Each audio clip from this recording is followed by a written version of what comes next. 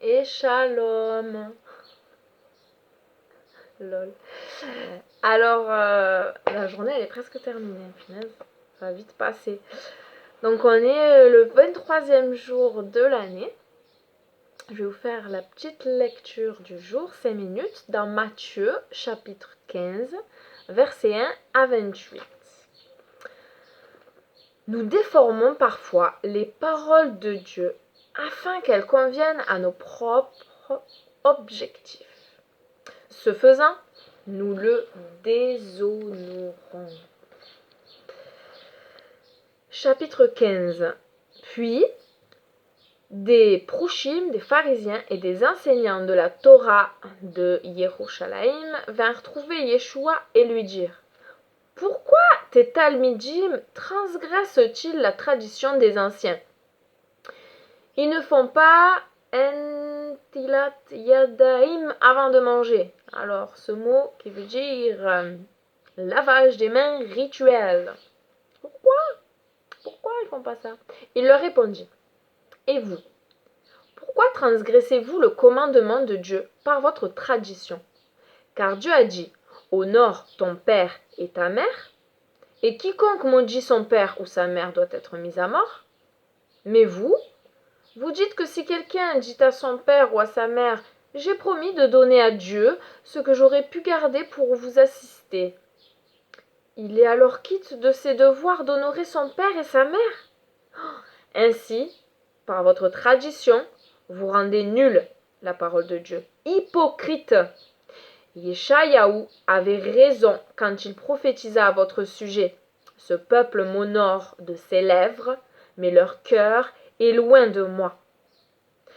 L'adoration qu'ils me rendent est vaine, car ils enseignent comme des doctrines, des préceptes humains.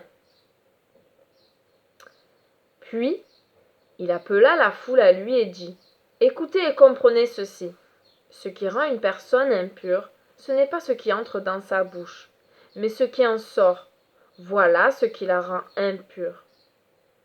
Les Talmidim s'approchèrent de lui et dirent: Sais-tu que les prouchim, les pharisiens, ont été offensés par les paroles que tu as dites?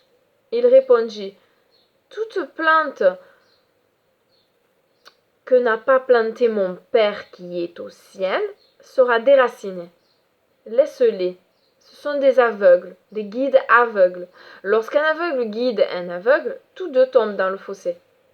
Képha lui dit alors: Explique-nous cette parabole.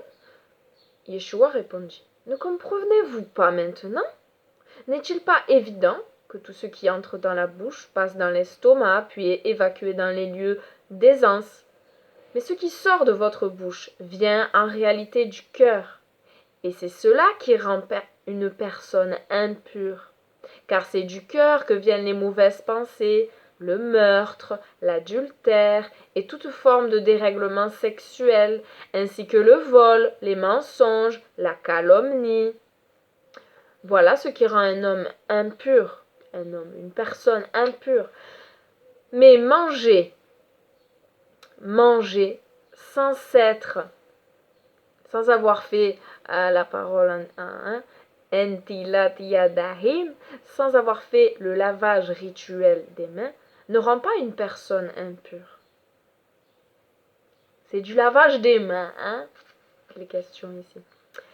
Yeshua partit de ce lieu et se rendit dans la région de Tsor et de Sidon. Une femme de Canaan qui vivait là s'approcha de lui et l'implora: Seigneur, aie pitié de moi, fils de David, ma fille est cruellement maintenue sous l'emprise des démons. Mais Yeshua ne lui dit pas un mot. Puis, ses talmidim s'approchèrent de lui et l'exhortèrent: Renvoie-la, car elle nous suit et ne cesse de nous harceler avec ses pleurs. Il répondit: Je n'ai été envoyé qu'aux brebis perdues de la maison d'Israël. Mais elle vint et tomba à ses pieds et dit: Seigneur, aide-moi. Il répondit: Il n'est pas juste de prendre la nourriture des enfants et de la jeter aux chiens. C'est vrai, Seigneur, dit-elle. Pourtant même les chiens mangent les restes qui tombent de la table de leur maître. Yeshua lui répondit, Femme, grande est ta foi, que tes souhaits te soient accordés. Et sa fille fut guérie à l'instant même. Là, 5 minutes 9. Ces paroles-là m'ont toujours, et elles me transpercent. L'humilité de la femme qui répond, mais oui, le Seigneur, il la compare à un chien, et elle dit, mais oui, mais les chiens mangent les miettes, et elle veut ses miettes.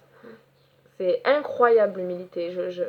J'avoue que j'aurais sûrement pas réagi comme elle.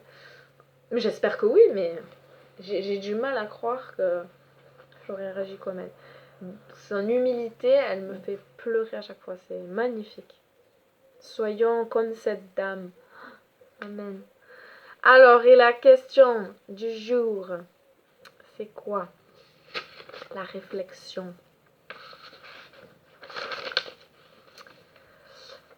C'est... Yeshua, non. M'est-il arrivé de déformer les paroles de Dieu pour leur faire dire ce que je ne voulais qu'elles disent? Ça tombe bien. Réflexion, m'est-il arrivé de déformer les paroles de Dieu pour leur faire dire ce que je voulais qu'elles disent?